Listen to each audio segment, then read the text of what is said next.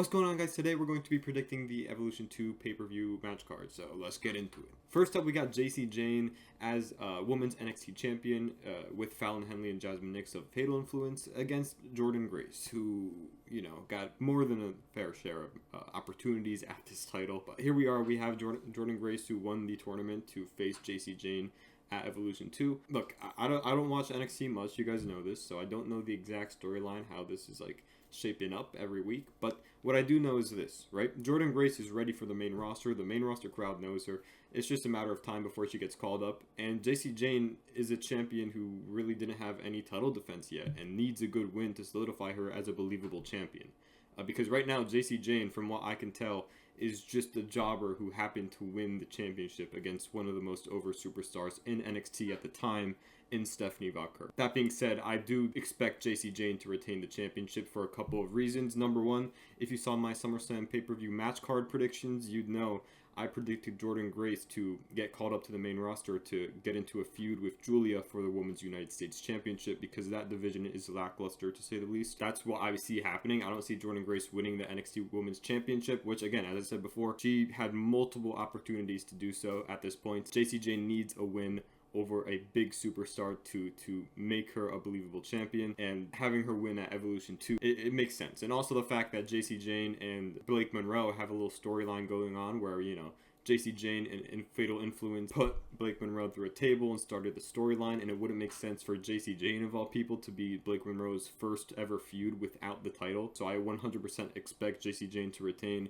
to go right into that feud with Blake Monroe, which they already set up because Blake Monroe is obviously facing Fatal Influence at Great American Bash this Saturday. So that's what I'm going to go with. I'm going to go with Jacy Jayne to retain that championship. Next up, we got Io Sky versus Rhea Ripley for the WWE Women's World Championship, and this feud literally came together within the last week. They only had one Raw to prepare for this feud because of how bad the build has been for this entire pay-per-view in general. We got Io Sky, who chose Rhea Ripley to compete in a match, because why wouldn't she? Because Rhea Ripley always gets these championship opportunities, and Rhea Ripley needs to be on the Evolution 2 card, so have her go against Io Sky. Why not, right? They did it before, and Io Sky actually did win clean against Rhea Ripley on a Raw. So what's to say Io Sky won't win clean again? And I believe that's what's going to happen. That's going to trigger Rhea Ripley and have her go into a heel little run here. Because if you guys think about it, right?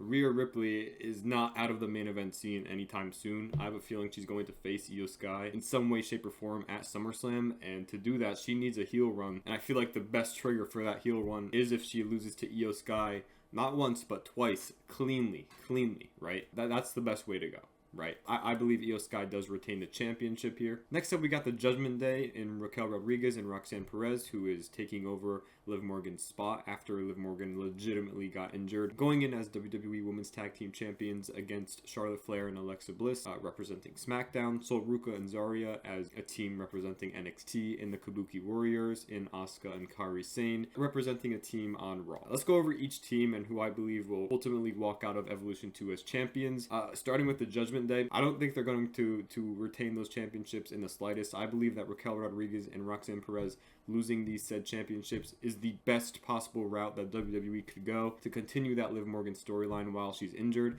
We could have Liv Morgan come back and get mad at Roxanne Perez, who, is also flirting with her boyfriend, Dominic Mysterio, for losing them the championships. And she could also start a storyline with Raquel Rodriguez and, call Raquel Rodriguez out for teaming with Roxanne Perez in the first place. So a lot of different directions that WWE could go in once Liv Morgan does get back to full health. And I think the best way to do that is to have them lose the championships as soon as possible. Next up, we got Sol Ruca and Zarya. I don't see them winning. They're a good team over on NXT. In fact, the only women's team on NXT. But just to the fact that they are an NXT team, I don't see them winning the tag team championships, especially because of how much of the star power there is in this match, and much more deserving superstars in this match that deserve the WWE tag team championships.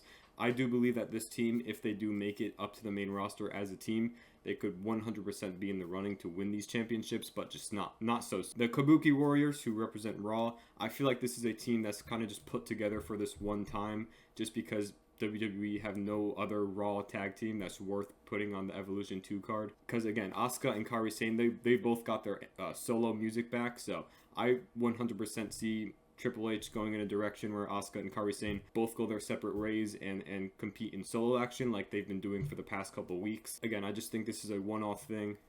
The Kabuki Warriors are not back. This is just literally because there's no other team. So I don't see Asuka and Kairi Sane winning, especially because, you know, they were just a team before Asuka got injured, and putting them back as a team when they're doing way better as solo competitors would make no sense in the slightest. So the only real team that I see winning is Charlotte Flair and Alexa Bliss, who, if you were to tell me were a team even 2 weeks ago, I would have called you crazy. But these two, obviously, they have some chemistry. Even if they don't know it, they have some chemistry. They rely on each other, and they are going to win those tag team championships because, again, it just makes sense. It really does just make sense, and these are the perfect two to win championship gold. It's about time Alexa Bliss wins another championship, and Charlotte Flair, it's been a while since she's had a championship around her waist as well. So I'm going to go with Charlotte Flair and Alexa Bliss to defeat the Judgment Day, Sol Ruca and Zarya, and the Kabuki Warriors for the Women's Tag Team Championship. Next up, we got the Battle Royale for the World Championship match at Clash in Paris, and there's some participants that aren't announced yet, but I feel like of the announced participants, I have a good idea on who the winner might be, and that winner is none other than Nikki Bella, right? Nikki Bella, I feel like, is not done after Evolution 2. I feel like she's going to go on a nice little run past SummerSlam, ultimately leading into Clash in Paris, and potentially even past Clash in Paris, depending on if she wins that said championship match. But I feel like it's a perfect choice to have Nikki Bella win the Battle Royale, right? Just a burst of nostalgia, and also a burst of opportunity for whoever said champion is to face a veteran like Nikki Bella and boost their reputation a little bit. So I'm going to go with Nikki Bella, but I wouldn't be surprised if Stephanie Valkyr or even Nia Jax do pick up the win. They're both also viable competitors, but just for the fact that Nikki Bella will provide a nice nostalgia run and also will help develop said champion, whoever it is, in Clash in Paris, that's the best route to go. So I'm going to go Nikki Bella. Next up, we got Tiffany Stratton, who goes into the WWE Women's Championship match as champion against the veteran Trish Stratus, and this is a match that's been in the making for a while, and Tiffany Stratton chose Trish Stratus because why not? I don't think Trish Stratus is personally going to win. I think Tiffany Stratton gets a nice win over Trish Stratus to just boost her reputation even more by defeating a respected veteran like Trish Stratus. But yeah, I just don't see Trish Stratus winning. She's a veteran, but she's not full-time.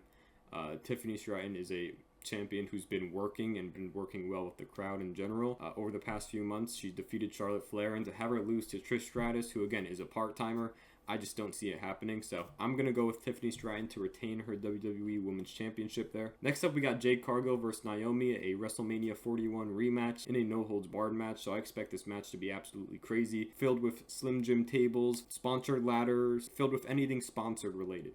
Okay. Not only that, but I feel like this is a match where Jade Cargill ultimately picks up a win against Naomi yet again. I mean, this is kind of the only route that WWE could go if they want to build the Naomi cash-in a little more, because I believe that Naomi cash-in is going to happen at SummerSlam.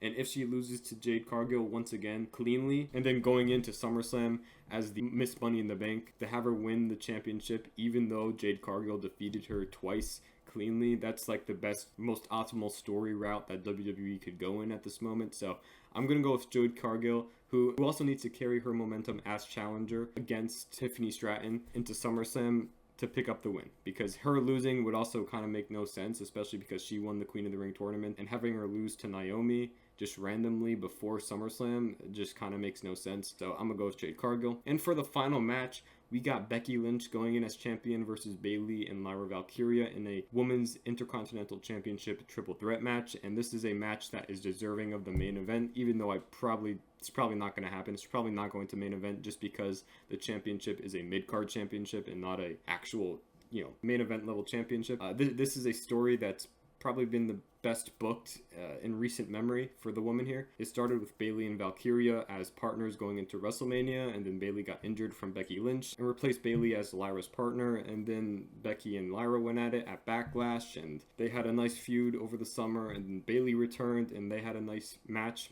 Her and Becky Lynch had a nice match for the Intercontinental Championship. Then Lyra got back into it, and then now we got all three of them feuding together, and it's all going to lead to this Intercontinental Championship match. And this is a match where I believe Becky Lynch does retain and does come out on top against Bayley and Lyra. Again, this has been an amazing story, and Lyra has really proved herself that she could work in the main event scene because she's been killing it on promos and in matches, which you don't see often nowadays. I'm going to go with Becky to retain here and maybe even start a solo feud with Bayley with Lyra out of the equation completely. Maybe have Lyra go up to the main event scene or feud with someone to get to that main event scene. Whatever it is, I think Becky Lynch retains. Anyways, I'm going to end the video here. If you guys enjoyed, like, sub. I'll see you in the next one. Peace out.